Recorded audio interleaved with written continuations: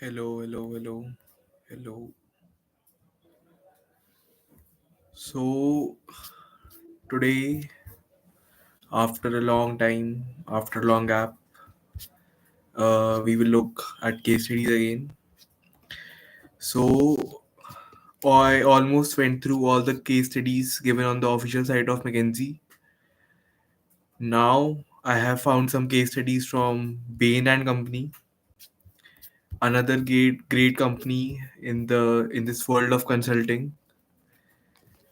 So yes, I'll just share my screen and get started with it.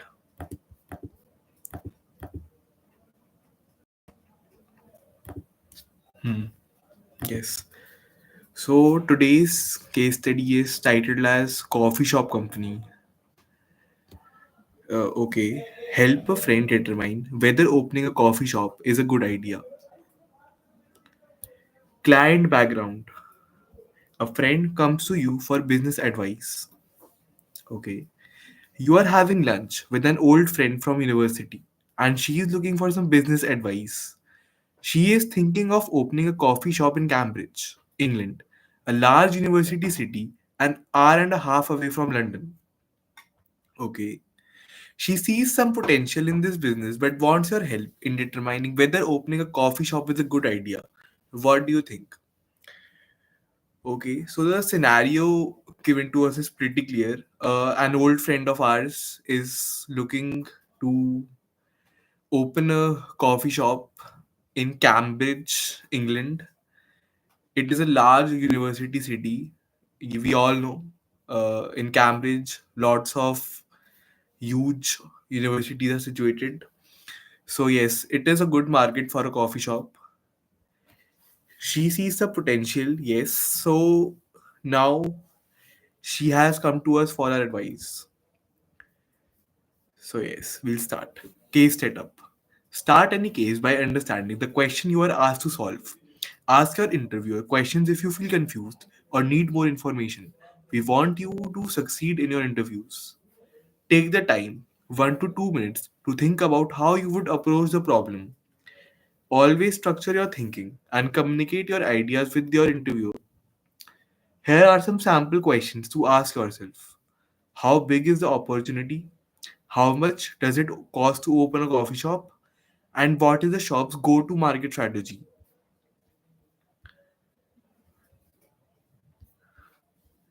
Now they have given us a example setup. Profit is equals to revenue minus cost. Yes. Revenue is the number of items sold multiplied by the price of each item. And cost is the fixed cost that is incurred and the variable cost which differs generally by the quantity of a certain item. So cost is equals to fixed cost plus variable cost into quantity. Okay. Yes. So now coming to the first question, analysis. You show your proposed framework to your friend and she really likes it. She's especially interested in figuring out how big the market is to best estimate how much coffee she can sell. She knows the market probably includes commuters, visitors, etc. But for now, she wants you to focus on Cambridge residents alone. How do you estimate the size of the market? Okay. So the first question is about the market size. So also the market size, he has asked us to ignore the commuters, the visitors, which usually make up the small amount of the market. She wants to focus on the residents living in the city of Cambridge for now. And we have to estimate the size of the market. Okay. So we'll usually start with some random calculations. Uh, let's say that a million people live in the city of Cambridge, 1 million people. Out of these, let's say 40% are consumers of coffee who prefer to buy the coffee from the market, because coffee is a very simple thing to make. But let's assume that 40% of these consumers prefer to buy it from the market. So that makes it 400,000 people. And let's say that on an average, they buy a cup of coffee daily. So that makes it 400,000 cups. Also, we price our a cup of coffee at like $5. So that makes it 2 million market size. Okay, now let's see what they have given as an answer. Two potential approaches comes to your mind when estimating market size. Top down approach, start with a large number, example total relevant population, and progressively narrow down. Bottom approach, start with a small number, example average cups of coffee consumed per day, and progressively scale up. Okay. After you show her the potential options for estimating market size, she wants you to approximate the market size using a framework. Assume that Cambridge has a population of 100,000 people, and on an average, each drinks one cup of coffee per day. Okay, so uh, they have given us some thing to work with. They have told us that 100,000 people, uh, that they have a population. Cambridge has a population of 100,000 people, and each drinks a cup of coffee per day. So that makes it 100,000 cups per day. Now for the market size, I think we'll multiply it by the cost of a cup of coffee. But let's see the calculation. Okay, so they have given us that 100,000 people live in Cambridge. They have assumed that 80% of them are adults. Out of these, only 50% of these adults are coffee drinkers. So that makes it 40,000 people. Now, one cup of coffee per person per day, that is 40,000 cups of coffee per day. Now, 50% of this coffee is made and consumed at home. So, 20,000 cups of coffee per day bought at coffee shops, 350 days per year, 7 million cups of coffee per year. Okay, so we have to make a variety of assumptions, kind of elongate our answer. We can't just say, okay, 100,000 people live in Cambridge, so that is 100,000 cups of coffee per day. That is not at all uh, viable. So yeah, they made a large number of assumptions. Like first, they thought, oh, okay, that only 80% of these will be adults. Now, out of these adults, only 50% will be coffee drinkers. Now, out of these 40,000 people, 50,000 people make coffee at home, while the other prefer to buy it at coffee shops. And then they multiplied it by the number of days in a year. So the total market size comes up to around 7 million cups of coffee per year. Now that you have the market size, your friend wants to gain a better understanding of how much coffee she would need to sell to break even in her first year. How much coffee does she need to sell to break even in the first year? Here is some additional information. Price per coffee is £3. Cost to open the shop is £245,610. Cost to run shop each year is £163,740. And cost per cup of coffee is £1. Okay. So we need to break even in the first year itself. So the cost incurred for the first year is 204,510 plus the maintenance cost for the first year, that is 163,740, which equates to the profit we make per cup of coffee, which is 3 minus 1 into x, where x is the number of cups of coffee sold. So doing the calculations,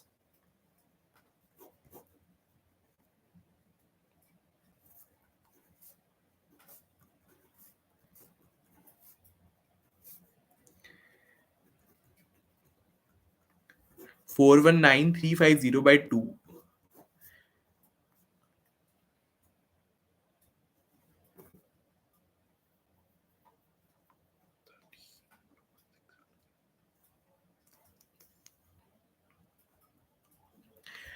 Which amounts to 209,675 cups or 209,675 cups. So if we sell this amount of cups, we'll break even. Break even means making no profit, but not having any loss as well.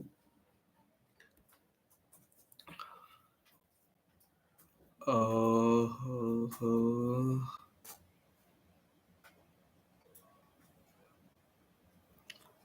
204675. I think I made some calculation mistake. I'll just do it again. Because their answer came out to be 204675. I am over by 5,000 cups. 245,610,163,740.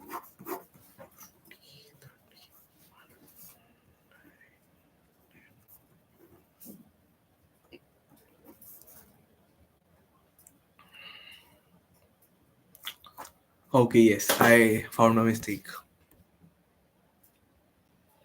After running through the calculations, do you think it is reasonable for her to open up a coffee shop? Okay. So we know that our market size is 7 million cups of coffee per day, per year. So 7 million. So if we want to get a percentage, then 204,675 by 7 million into 100.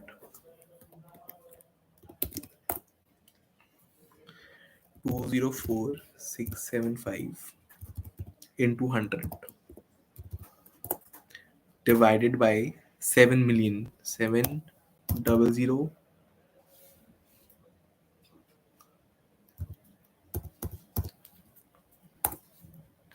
uh, which comes out about to be about 3% of the market share. So honestly, 3% of the market share is not that bad. Uh, Also, in the first year itself, it will be this is the market share because we had to put up a huge amount of cost for setting up the shop. From the next year onwards, this will also decrease. Also, if we try to find out a per day calculation, so that is 204,675 divided by 365. 204,675 divided by 365, which makes it an average of 560 cups of coffee per day, which is not that huge if we consider. So I think we should tell her that yes, it is reasonable to open a coffee shop.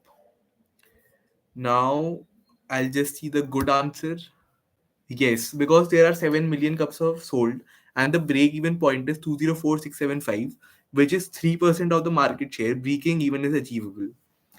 Yes, like I mentioned that we needed to calculate the market share because then only we could get a good idea about the numbers. Because 204675 cups sounds a lot, but when we consider our market, then it is not that huge. Now, coming to the better answer, a better answer would take into account how long it would take for her to recoup the cost to open the store and other considerations before proceeding. Breaking even is achievable, but we'd want to understand more about our friend's investment timeline.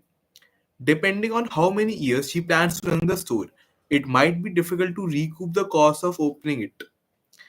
Other key questions she needs to think about proceeding include: what is CoffeeCo's go-to market strategy?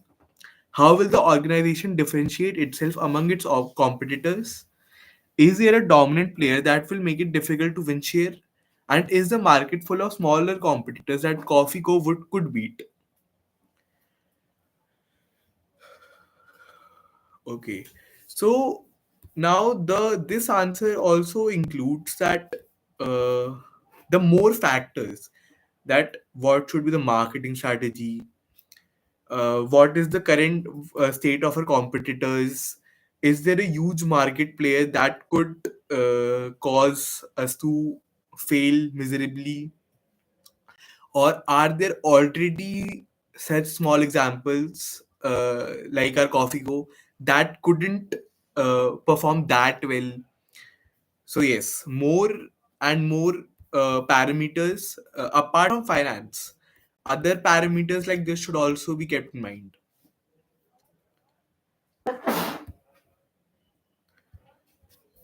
So yes, this was the first case study. Now I'll see another one. Fashion Co. Okay. So this is the second case study from Bain and Company. This is titled as Fashion Co. Advise a player in the fashion market on why it has experienced declining revenues for the past 5 years. Okay. Advise a player in the fashion market on why it has experienced declining revenues for the past 5 years. Okay. Client background. A CEO needs to build a path forward. Our client is Fashion Co, a player in the women's fashion market. It has been in the industry for a long time, but has experienced declining revenues each year for the past 5 years. Our client is Fashion Co. Okay. They have been experiencing declining revenues. That means each subsequent year they earn less, they sell less, their revenue is less from the previous year. Fashion Co wants to understand what is causing this decline and what can the organization do to drive revenue. Okay. Fashion Co will have a management meeting at the end of the week, and the CEO wants a recommendation from Bain on how to proceed. What can they do to drive revenue? Okay, so we need to answer two major questions. The first is that what is the primary cause of this declining revenue, and what could be the steps that we could take so that we could counter this, or in simple words, we could achieve better revenue. We should have an increasing revenue. What steps we could take? Case setup. Now they have given us a set of sample questions. The first question is, what are the possible drivers of declining revenue? Okay, so this could be, there are various parameters or factors that could ultimately lead to declining revenue. The first is that there could be a big player in the market, a new player in the market with better designs, with lower costs, and a better marketing strategy overall. Second is that if there is no new competitor, but the Fashion Co has declined its service qualities. So the customers are forced to go to a different existing player in the market. The possible decline in the product of Fashion Co could be in terms of the quality of the product, the price of the product, the designs of the product, and in general, the service that Fashion Co provides. Another factors could be that the people are switching to a new lifestyle or a new fashion trend in our case, and simply the old uh, fashion trend given by Fashion Co is just not appealing to the customers. They want to get something new, something different, which Fashion Co couldn't exactly uh, provide to its customers. What are the customers' key purchases criteria? Yes. So this question also has a huge motivation in my previous answer. What upon what criteria customers finally base their purchase upon? The quality, the price, the style, the designs, many more. What are the quantitative and qualitative ways to solve fashion co's problem? Okay. The quantitative ways could be uh, quantitative. The meaning of quantitative is by quantity or by number. By number, they could decrease the costs or increase the cost incurred in the marketing. And the qualitative ways is that how you would solve something by emotion or by quality, to be simple. So by quality, they could have a better service, they could get new designs, some new trends, better product quality and all. Okay.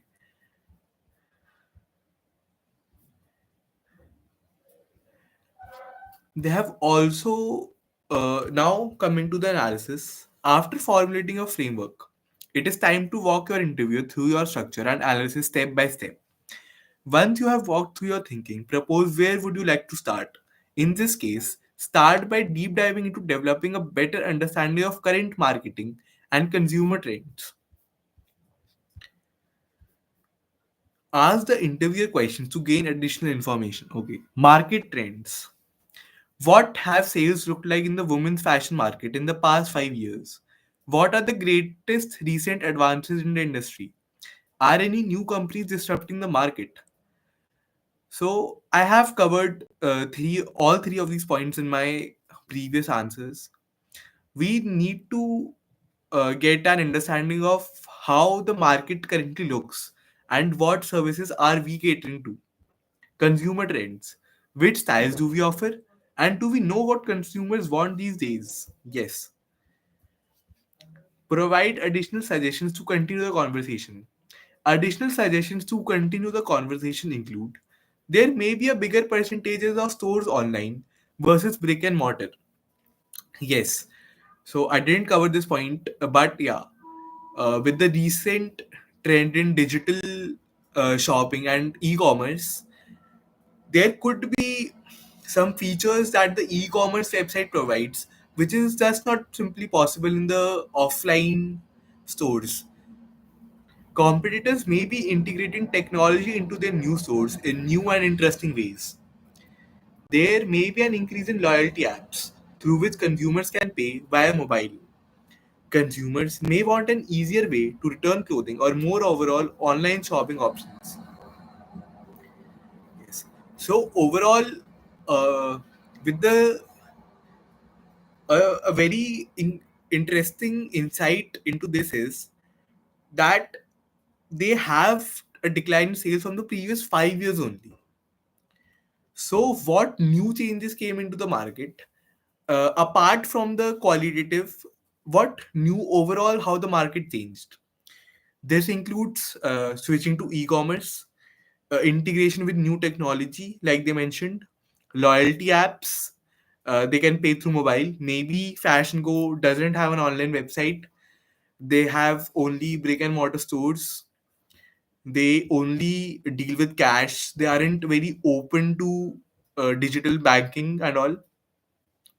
Also, returns is a very good way to attract customers today. So, easier returns, 7 day, 30-day returns. This usually just motivates the consumer to buy the product more. It incenses a feel of safety in them. Yes. After understanding the different market and consumer trends, brainstorm ways the company can drive revenue. A good answer includes different types of ways to increase revenue. A better answer includes the pros, cons, and practicality of each idea. Okay, so we'll see the answer. A good answer. Ways to increase revenue include consider changing the style to shift more towards social wear since it appeals to shifting consumer trends. Raise the prices to make more money per item, and increase volume through sales and advertising to drive more traffic to the store. Okay, so I agree with the first and the third point. I don't know how the second point, which is raising the prices to make more money per item, is a good answer, because if the consumer is not buying, then definitely the price is not issue. A customer would definitely prefer to buy a cheap item, the same item at a cheaper price, than the same item at a higher price. Okay, but yeah, but ultimately, yes, it somehow increases the revenue. Maybe the items that we are still selling in good demand, we could increase the money on price at those items to make more money. Now, coming to the better answer, shifting styles pro might help with customer acquisition if it appeals to more slash younger customers. Con might not align with the current brand positioning and could alienate the core customer group. Yes. So it is very necessary that if we are totally shifting to a new style, if we are discontinuing the uh, old, what do we say? The old inventory. Yes, the old inventory. If we are totally discontinuing the old inventory, I'll just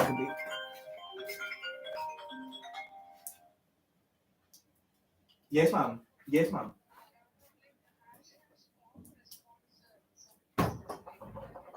Yes, yes, yes. That's continue.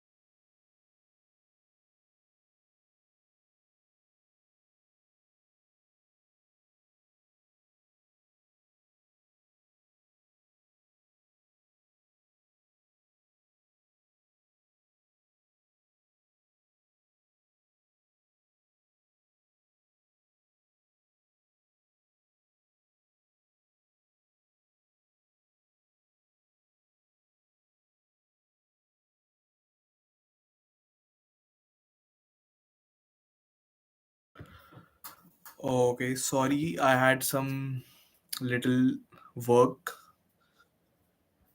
Another time I'll talk about it maybe. So yeah, we need to, yeah, if we are totally discontinuing a product line, I remembered the word, it is product line. If we are totally discontinuing a product line, then the people who are currently purchasing from us, then we lose that customer base also. And then we are totally dependent on the new customer base that might come. So it is kind of a risky option. A safer option would be to introduce a new product line while keeping the old product line on which our loyal customer base is intact. Raise prices. As long as sales stay constant, we would increase our revenue. Con. This is an unlikely assumption and require more research to understand our elasticity of demand. The assumption is that volume would fall if we increase the price, making the likelihood of success unclear. Okay, so like I mentioned that the second point doesn't make a lot of sense. They have also highlighted my point here that it doesn't make sense to increase price when already we are at a declining stage. Because even if we increase the price, then the product volume would fall, which would maybe cause even less revenue. Increase volume through sales and advertising. Don't have to change merchandising or pricing strategy. Pro. Con. Need to ensure we are not spending more than we are bringing in. Yes. So a balance needs to be made clear. They have a term for it that how much you spend to get how much money, which is a very important metric. I am forgetting that name of the metric. Uh, yes, but it is a very important metric overall. The CEO will most likely need to approve a new sales and advertising strategy. So the CFO and the CMO will narrow it down to two possible options.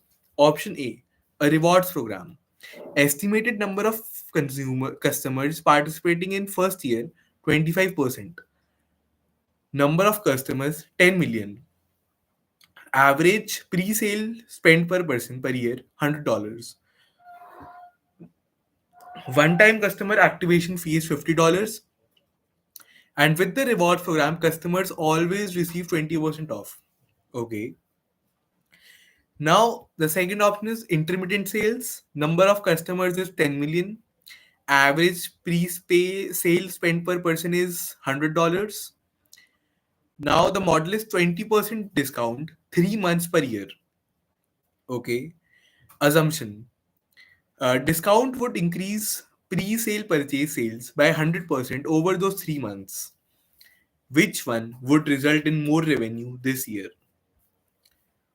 Ooh, okay, so this is a very mathematical question. The first option is that we'll offer a reward program. We'll charge the customers a flat fee per year for that loyalty program, and they'll get 20% off all year round. So out of 10 million, 25% of them will subscribe to us. So 25% of our 10 million is 2.5 million. Now we'll charge $50 per person. So that makes it $50.